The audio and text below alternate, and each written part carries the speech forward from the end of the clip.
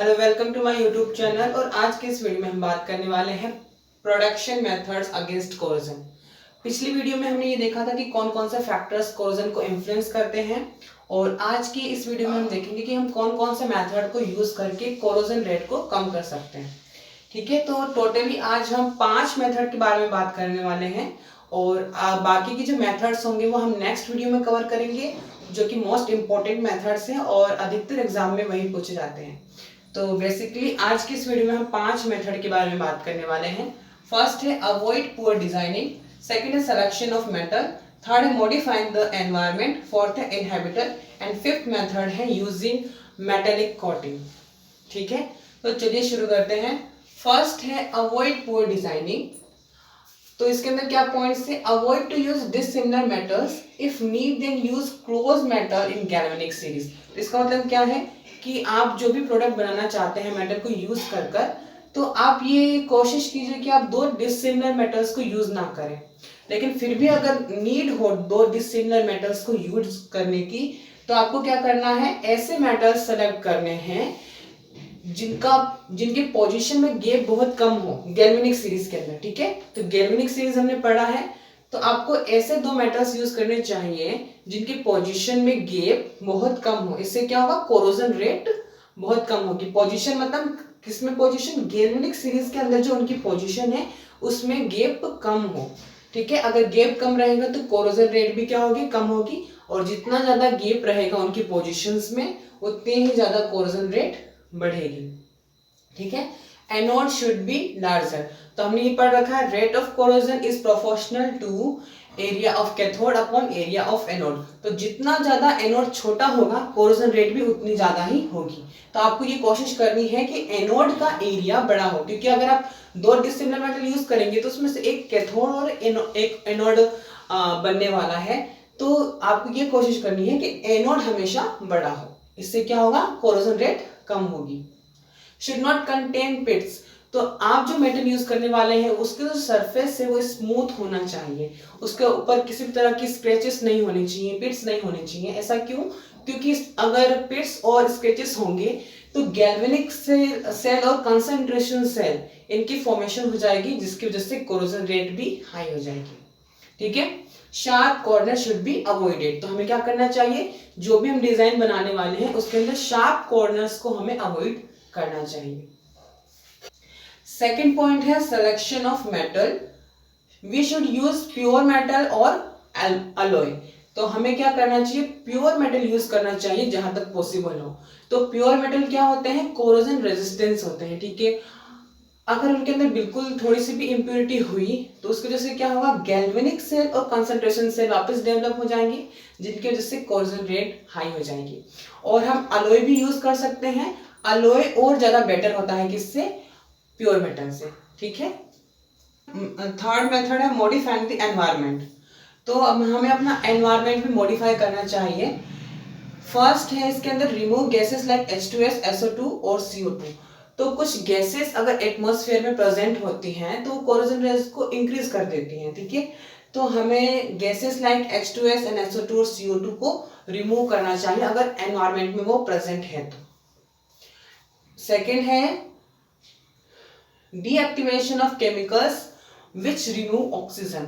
तो अगर ऐसे केमिकल्स आसपास हमारे एनवायरनमेंट में हैं जो ऑक्सीजन को रिमूव करते हैं, उन केमिकल्स को भी डीएक्टिवेशन करना जरूरी है ताकि कोरोजन रेट जो हो वो कम हो। Remove acid by adding basis. तो हमें अगर एसिडिक एनवायरनमेंट है तो उस एसिडिक एनवायरनमेंट को भी बेसिस ऐड करके रिमूव करना पड़ेगा।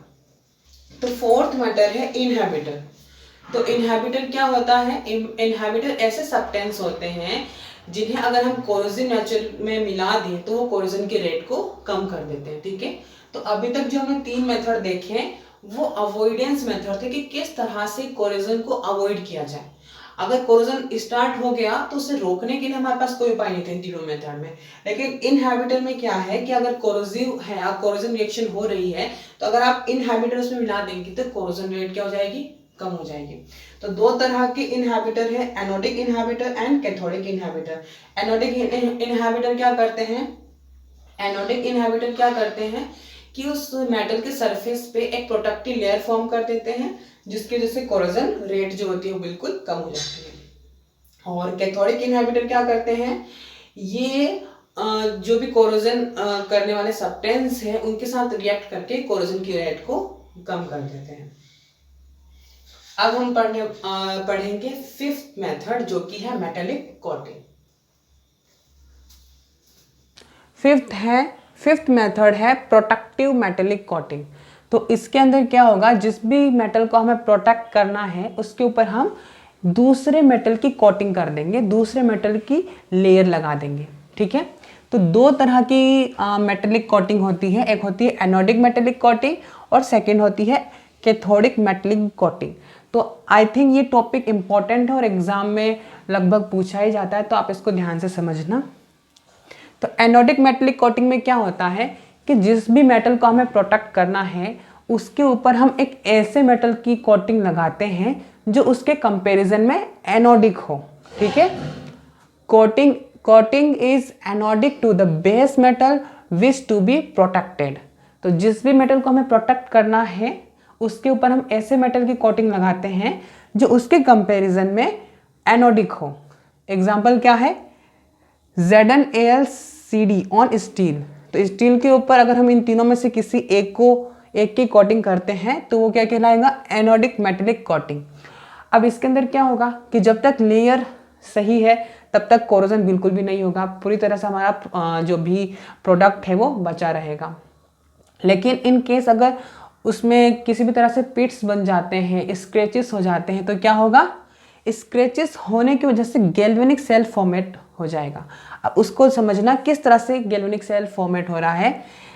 ये है हमारा बेस मेटल और ये हमने जो कोटिंग लगाई है वो क्या है, एनोडिक कोटिंग है। ठीक है, क्योंकि हमने उस तरह की कोटिंग लगाई है जो हमारे बेस मेटल के कंपैरिजन में एनोडिक हो। तो जो भी पिट्स बनेंगे तो एक्सपोज्ड पार्ट बिल्कुल छोटा सा होगा। एक्सपोज्ड पार्ट किसकी तरह बिहेव करेगा, कैथोड की तरह पे। क्यों, क्योंकि हमारा जो बेस मेटल है वो क्या है, कैथोडिक है as comparison to the layer.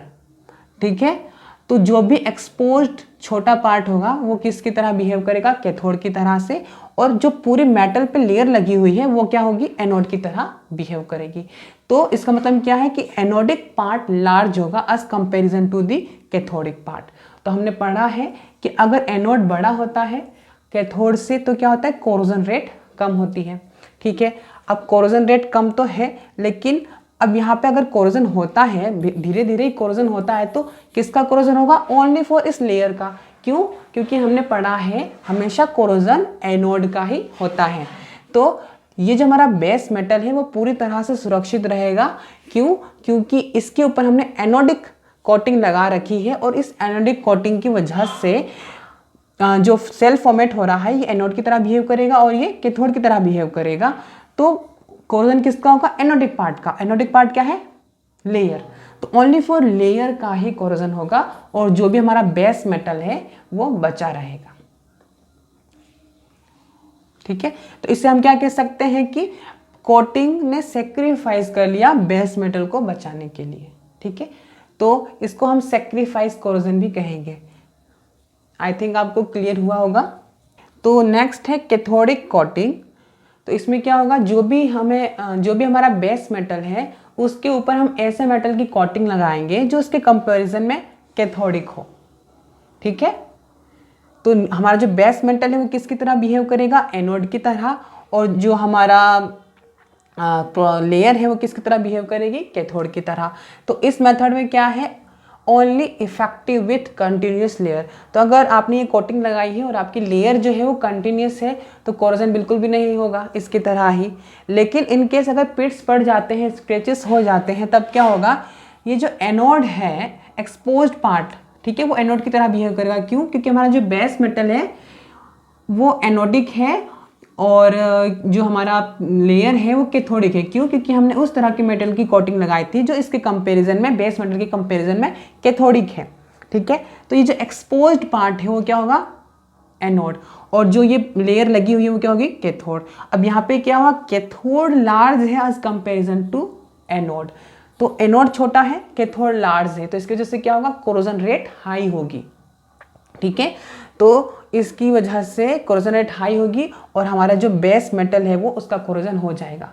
तो ये मेथड ज़्यादा इफेक्टिव नहीं है as comparison to the anodic metallic coating. क्यों? क्योंकि इसके अंदर हमारा बेस मेटल है जो हमेशा प्रोटेक्टिव ही रहता था। अगर कोरोजन स्टार्ट हो भी जाता है तो ओनली फॉर लेयर का कोरोजन होता था, लेकिन इसके अंदर क्या होगा, हमारा बेस मेटल है वो पूरी तरह से कोरोड हो जाएगा। तो ये ओनली इफेक्टिव कब है? जब कंटिन्यूस लेयर है।